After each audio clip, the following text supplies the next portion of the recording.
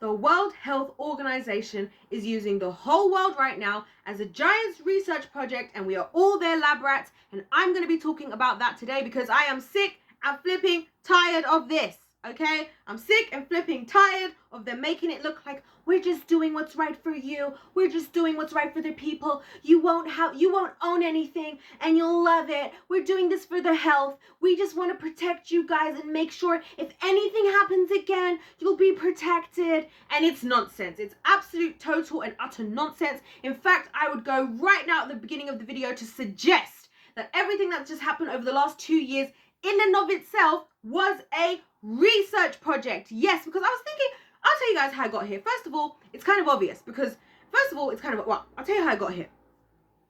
I was thinking to myself, when I'm looking into all this stuff, all the researching that I do, I find so much information and like research that was done about the current situation, right?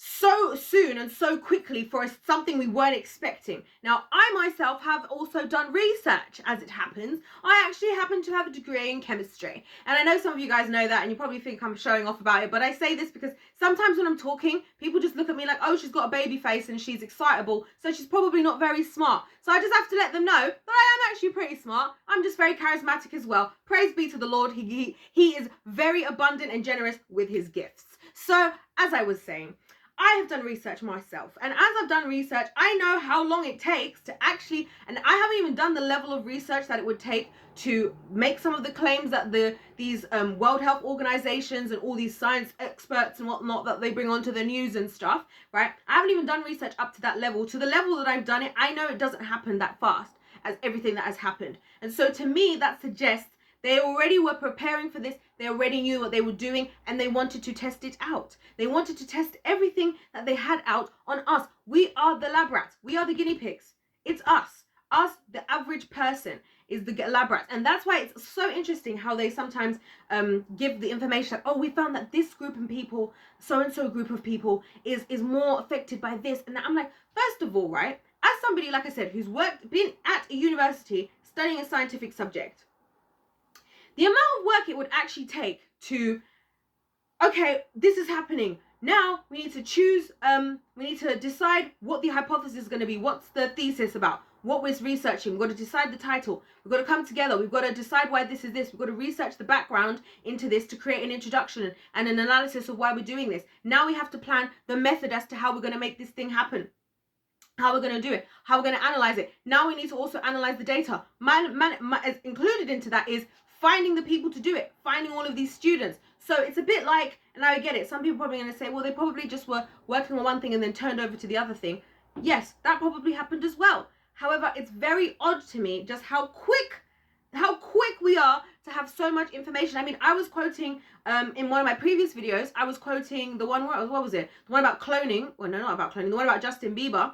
I was talking in there about how they have data connecting the current situation that Justin Bieber's facing with his face. There was data in January 2022 in Hong Kong showing the same correlation between the thing they were telling us all to take over the last 2 years and what Justin Bieber's got going on in his face. And so I'm like, wait. And that was a paper in Hong Kong. In that same month, there was also a Spanish paper saying the same thing.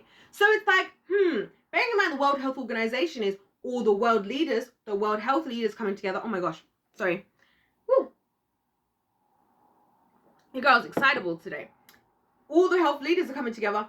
What better time for them to all come and agree that they're all going to do something sinister, because they have these meetings like every now and then, and we don't even know who the World Health Assembly is. You know why we don't? Because it's classified. So the people who decide what's happening with World Health Organization, we don't know who those people are. It's all classified. And guess what? The person we do know, who's the head of the World Health Organization, he's not even a physician. He's not even a doctor. He's a researcher. So essentially, if I had finished my research project up to the PhD status, I would be just as suitable to be leading the World Health Organization. What is that? What is that? Do you see what I'm saying? And so that's why I say this stuff to you, because I know that the world that we live in, there's a lot of jargon, and this is why I talk the way that I talk, and this is why I explain things the way I do. There's a lot of the scientists and the world's elites and the government, they love to use big words that the average individual cannot understand. And therefore the average individual will say, well, I'm not as learned. I'm not as intelligent. I'm not as genius. I do not have the IQ of 3,185, and therefore I must trust you because you must know what you are talking about, because you are using such big language. And they do that on purpose. Majority of the stuff that I hear on the news, I hear scientists talk about, I'm like, yeah, you could explain that to a 5-year-old. And I've done that. I'll tell you this now. I, as a chemist, and this is why when I say stuff, it's because I've done it. I have taught chemistry, even like 18-year-old level chemistry to children, to 5, 6-year-old, 7, 8-year-old children. And they've even been able to explain it back to me because I did that for a while. I was doing chemistry experiments with children and I was explaining to them because I was like, I bet you they're going to understand it if I put it into plain language. Lo and behold, they did. And that's why when I see these people trying to make it like, oh, these are the experts, we must trust the experts and we must trust blah, blah, blah. Okay, half of you have got like one PhD or a couple PhDs in something completely unrelated to the situation. Number 2, right? You are all so prepared for this situation. I remember, guys, in my final year of studying, and I'm glad that I remember this so well, we were talking about how people do clinical trials, right? To test, a drug, right? And usually those take a while. Like, it's going to take you like a minimum of like 10 years because you have to make it. Then it has to be approved for this, approved for that, blah, blah, blah, blah, blah. So again, let's say we decide we don't do all the extra initial approvals, even just to get it out in that period of time.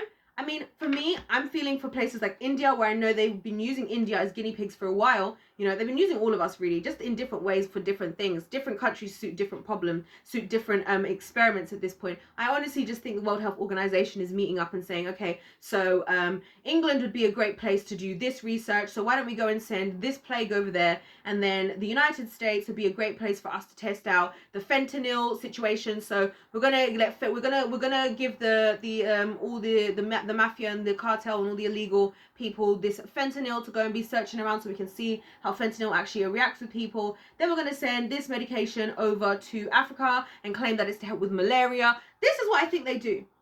That's really what I believe. And you might call me crazy. That's fine. That's okay. I still love you. I still pray the Lord will protect you and guide you and keep you safe from these crazy individuals at the World Health Organization. All I want to say to you guys is they have nothing to do, no care, no worry, no dedication for your health. In fact, they want the exact opposite, to be honest with you. But anyways, I don't want to get into it today. I don't want to get too controversial. I just want to let you guys know what I was thinking about all of this stuff. Please let me know your thoughts in the comment section down below. Also, I have a video about what just went down, what their big meeting that they had at the end of May. So please feel free to check that out as well on my channel. I can't remember what I called it. It will have something to do with the World Health Organization. Other than that, guys, don't forget to subscribe and like the video. God bless every single one of you. Truly, do your own research. Don't let these people take you down. Don't let the World Health Organization take over the world, because that's what they're trying to do right now. And having said that, God bless every single one of you. And I'll see you in my next one. Goodbye.